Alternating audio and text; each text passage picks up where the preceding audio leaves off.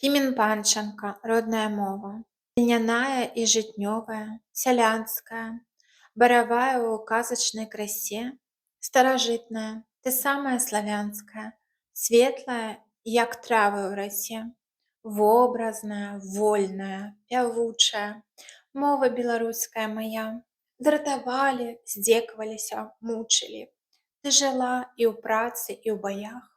Пра цябе, як сонечнае дзіва, і купала, ды ўсе мы снілі сны. Ад цябе, ласкавай і праўдзівай, адракаюцца цяпер твае сыны. Пра народ мой, цярпялівы, працавіты, помняць партызанскія лясы. Хто за намі? Пакаленне прагавітых, халуёў, я чую галасы. Я спяваў пра жыта і пра жаўранкаў, ненавідзеў акупантаў і прыгнёт.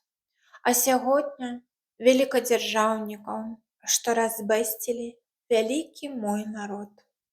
Навучылі не рабіць, хлусіць і красці.